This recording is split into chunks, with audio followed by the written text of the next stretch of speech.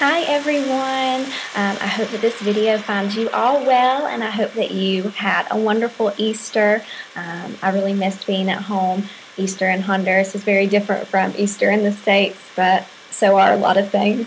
But I just wanted to take a few minutes and send a quick video. I know I keep up with most everybody through email and Facebook and my blog and everything, but sometimes it's nice to have a face and a voice to the message. So I just wanted to take a few minutes and say hello and to give you an update and to tell you thank you.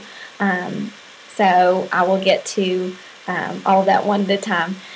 First, I want to give you an update on everything. We are still going really strong with our ministries. We still go to the gang villages, or the gang village on Monday, and because of your generous hearts and your donations and your financial support that you have given me, I've been able to take so much of that and bless families in this gang village. A lot of them are in significant need of clothes and shoes. The kids' school just started up a couple of months ago, and many families weren't able to put their kids into school. But God is working through people, and because of that, these kids are able to go to school. And we were able to provide school uniforms for them and shoes and some other clothing and some other needs that some individual families have had. My family will be here on Saturday, which I cannot believe and I'm so excited about. And I know a lot of you have given money to them, and that money, along with financial support that I have already received, we are going to take that and we are going to buy clothing and shoes for a lot of the children here. So many of the kids either don't have shoes, or the shoes that they have are falling apart. The kids, they don't have TV or video games or anything like that, so they spend most of their time outside. And a lot of them will play barefoot, or some of them, their toes are hanging out of their shoes because they just don't have the means of buying new shoes. So you are going to make some children very, very happy. I'm still working with the teen girls, and that is going wonderfully. We were able to give a young lady a couple of weeks ago a birthday party, which was really exciting. We are hoping to, within the next few weeks, take the girls out on like a girls' night out. They have not been to the city. They've never been to see a movie or been to a McDonald's or anything, and so we're hoping to treat them to something special like that for their first time.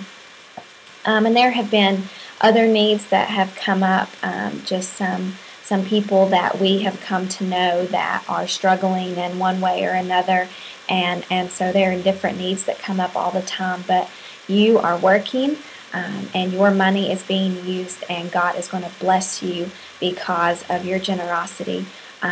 Just to give you one story, there was a mission opportunity that came up a few weeks ago, and I did not have the funding. I wanted so much to be involved, but I didn't have the money for it. And I was Skyping with my family, and I was crying, and I was just, so sad because I didn't know how it was going to be possible. And while we were Skyping, my dad was on the phone with Myra, and she informed him that the church had a check for me, and I could hear my dad's voice start to crack. Sorry, Dad, for sharing this. And he started to cry.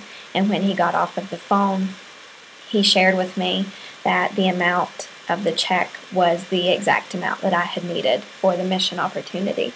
And I just can't tell you what that feels like when your financial means and the work that you want to see done is in the hands of other people, and then to see it supported and to see it provided for over and over and over again. And that's exactly what's happened.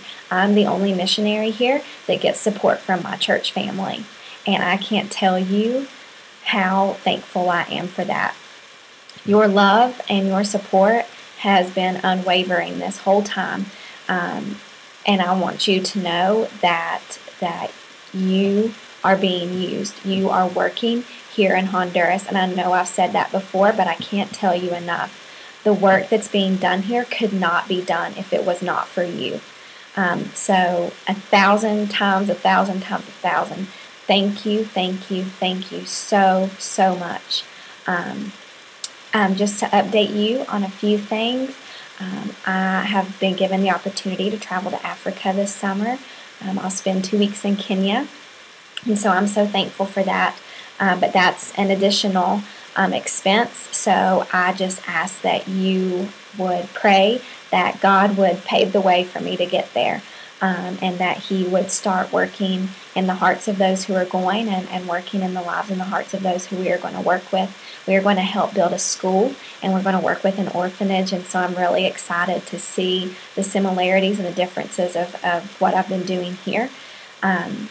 We're down to 60-something days until I come home. June 16th is the big day.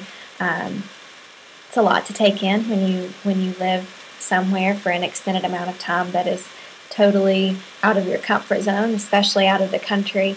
And so it's a little hard to grasp onto, and it's a little scary, but I'm very excited, and God has placed complete peace over my heart for my time to move home. It's been 8 years since I've lived at home permanently, and I'm really excited. God has definitely placed a burden on my heart for ministries and missions, but He has also placed a significant burden on my heart for teenagers in public school, and I'm ready to get back in that scene. I'm ready to see God work in that.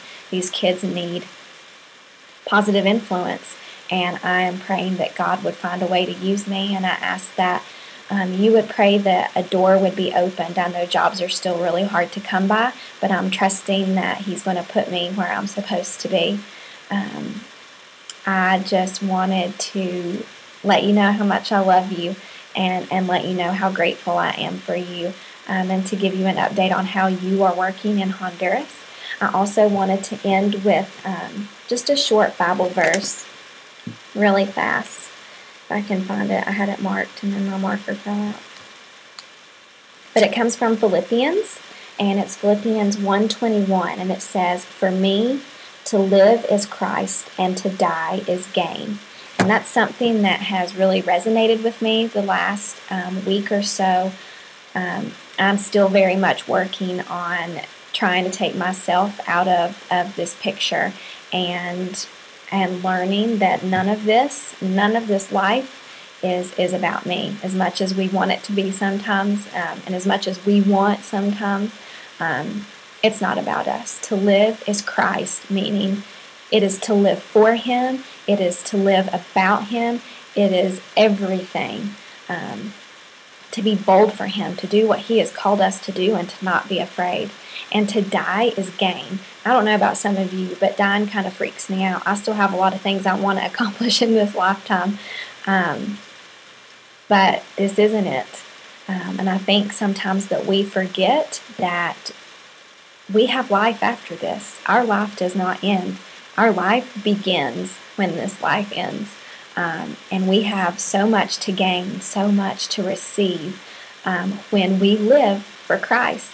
And so I just wanted to encourage you with that, and end with that. And again, tell you over and over and over again, thank you. I can't wait to wrap my arms around you and thank you in person. But I love each of you very much, and I'm so excited to see you in a few short weeks. So thank you, thank you, thank you. I love you all.